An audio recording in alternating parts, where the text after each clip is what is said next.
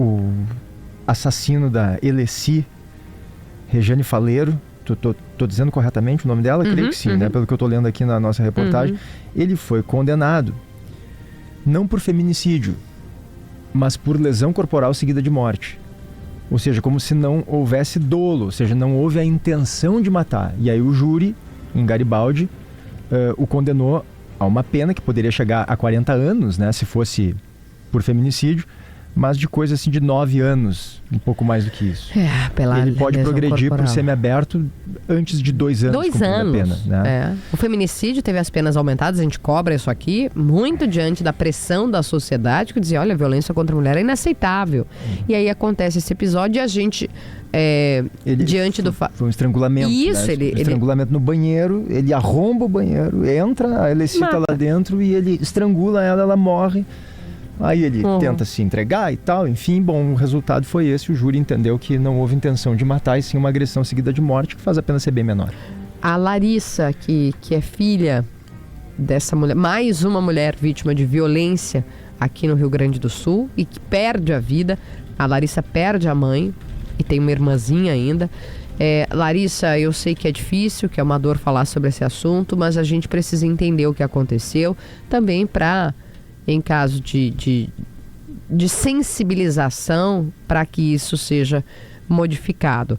Seja bem-vinda à Rádio Gaúcha, um bom dia. Bom dia, vocês estão me ouvindo? Ouvindo bem. Certo. Larissa, o PG contou um pouquinho do que foi, mas eu queria te ouvir também, né, desse dia, desse episódio, desse momento, porque você... já acompanhava, né, esse relacionamento da sua mãe, que tinha alguns problemas postos, né, de ele ser, não da agressão física em si, mas de um comportamento violento, ciumento, enfim. E eu queria que você trouxesse pra gente entender o contexto da situação e como é que foi que isso aconteceu. Certo. Então, eu vou começar a contar a história do início, né? Desde o momento em que eles se conheceram. Isso aconteceu em 2018 e eles se casaram em 2021. Mas já em 2018, poucos meses depois do início do relacionamento, ele já veio morar com a gente no apartamento da minha mãe.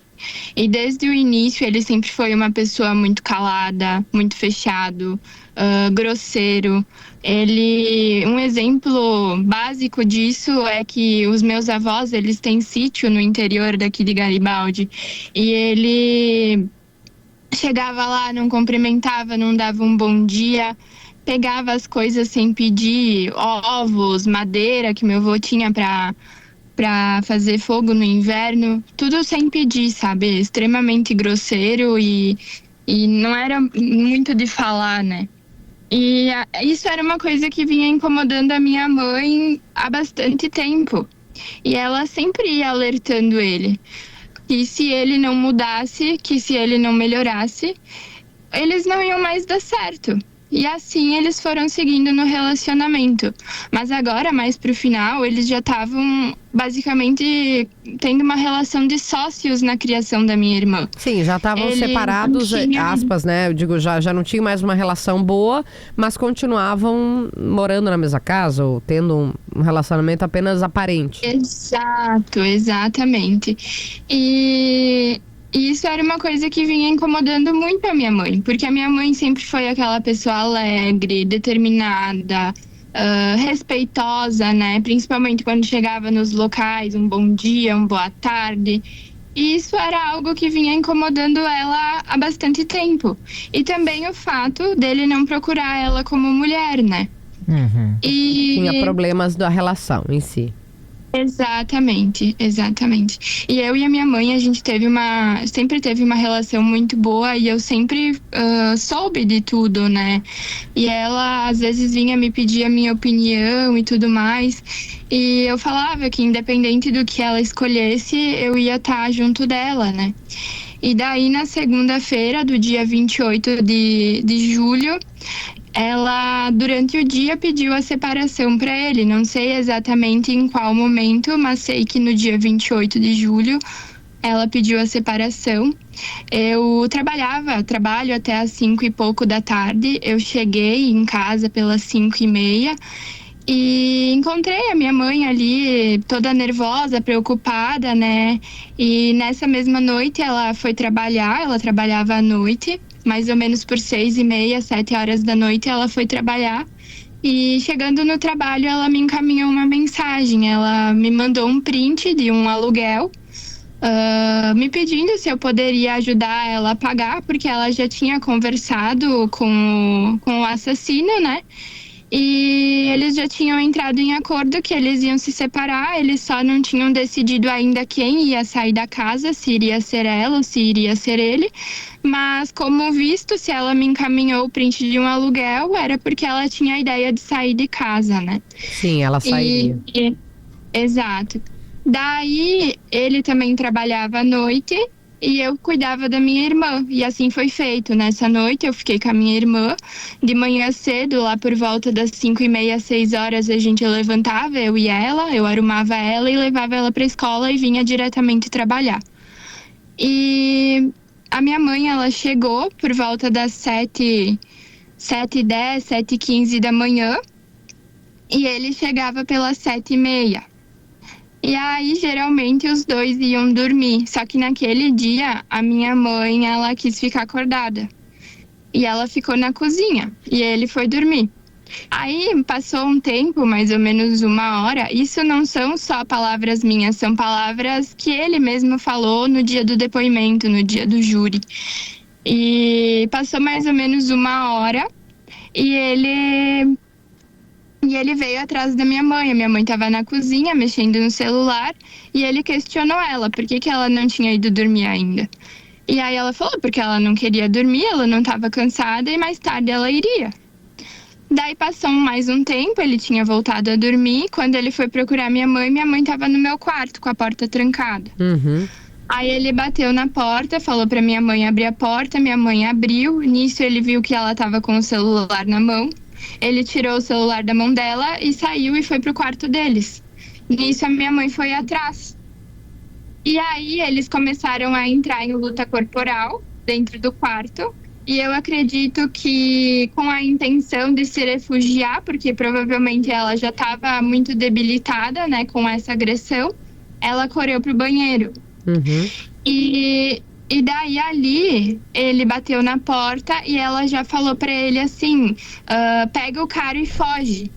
Com isso, deixa meio claro de que ela tinha já a intenção de denunciar ele por agressão, né? Ela mandou ele fugir. Ela disse, sai. Exatamente. Ela falou pra ele, pega o cara e foge. Isso são palavras dele, né? E nesse momento, ele arrombou a porta. Eles começaram a entrar em luta corporal novamente. E aí teve um momento em que ele começou a estrangular ela, né? E teve um outro momento em que ela conseguiu sair debaixo dele e se rastejar em direção à porta. Mas nisso ele conseguiu se levantar e terminar o que ele tinha começado, né? Estrangulando. Exatamente. No relato dele, ele diz que ficou mais ou menos 2 minutos segurando o pescoço da minha mãe.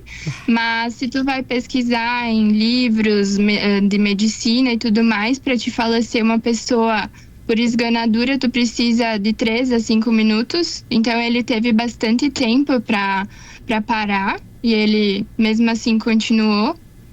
E se a gente for ver o laudo da necrópsia da minha mãe, ela teve 2 vértebras fraturadas e também a perfuração de uma veia, de uma artéria no pescoço. A Larissa agora lidera, Kelly, protestos pedindo a anulação desse julgamento que condenou o Adair, é esse o nome dele, né, Larissa? A um pouco mais de 9 anos de prisão por lesão corporal seguida de morte e não por feminicídio, que poderia levá-lo à condenação de 40 anos. Então, a Larissa pede que seja desfeito esse julgamento, para que seja feito um novo julgamento.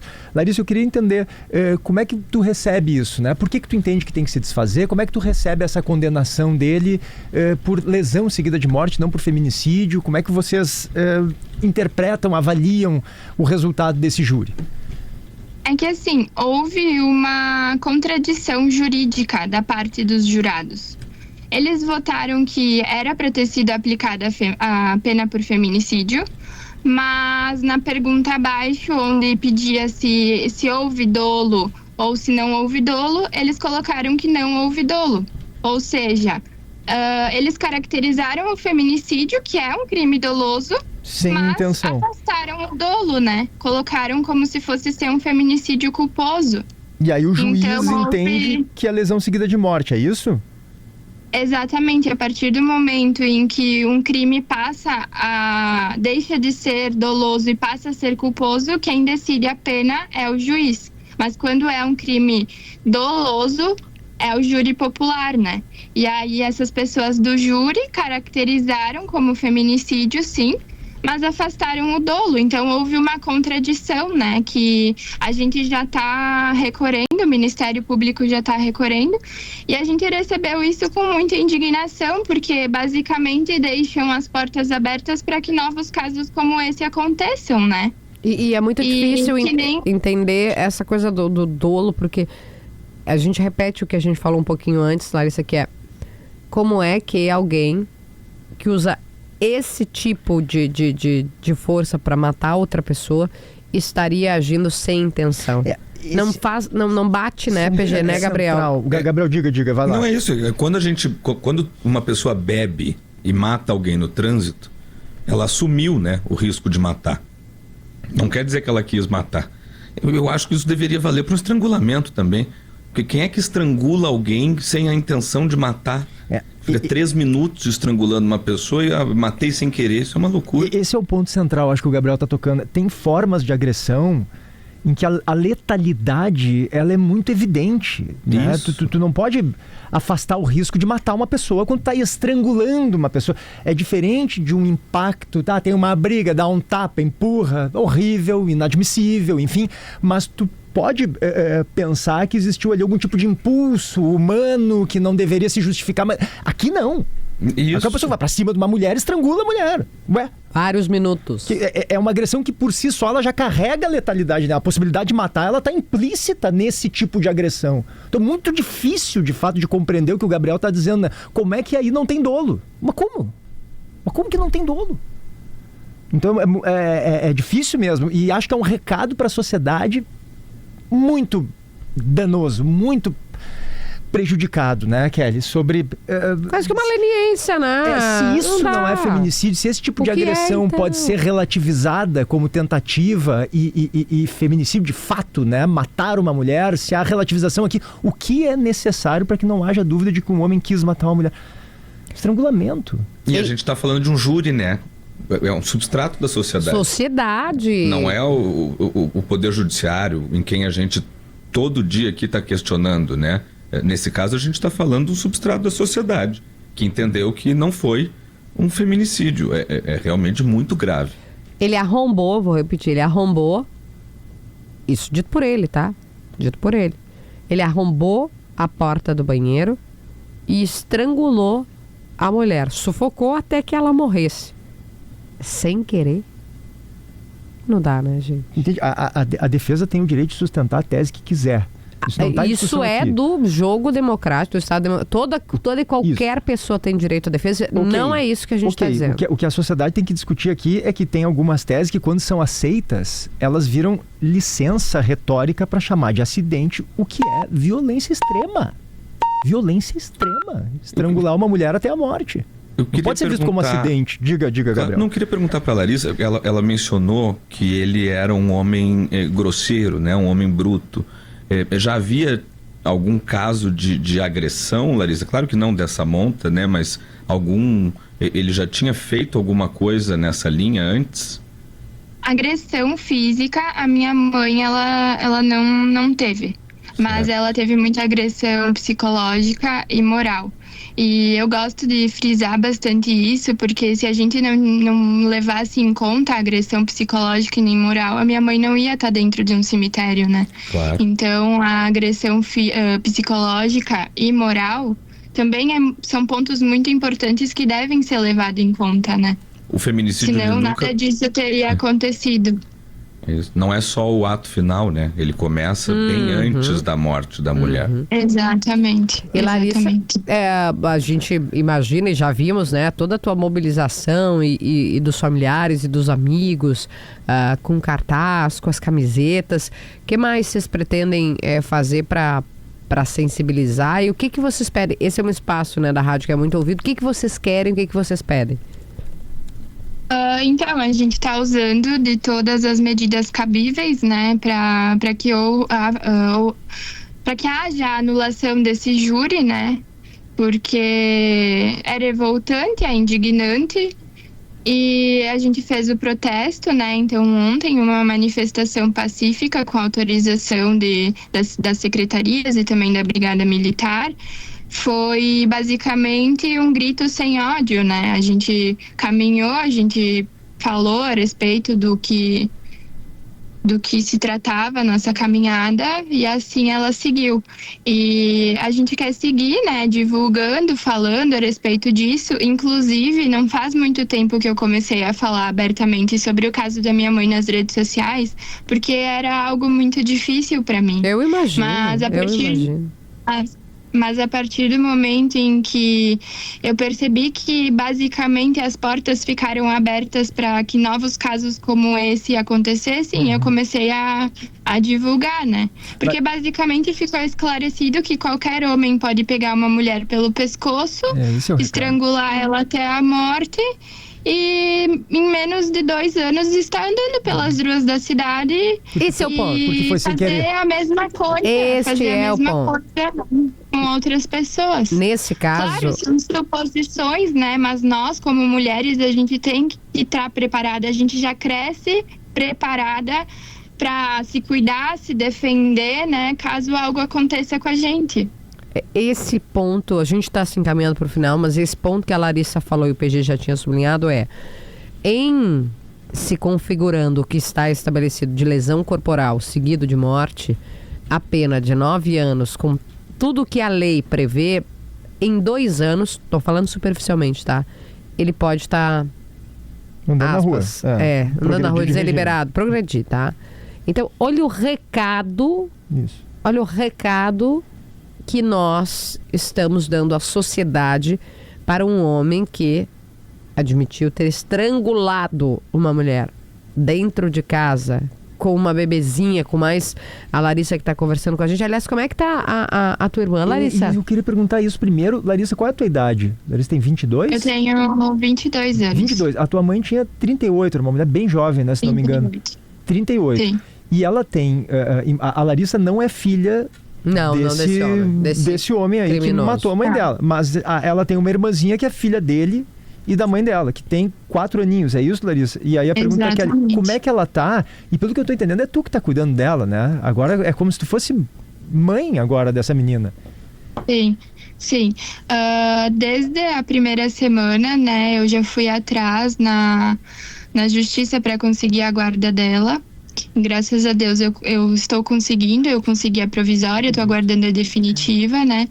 Desde o primeiro dia a gente já entrou em contato com uma psicóloga que trabalha na parte infantil e ela nos orientou a repassar isso para a Ayla da maneira mais lúdica possível, né?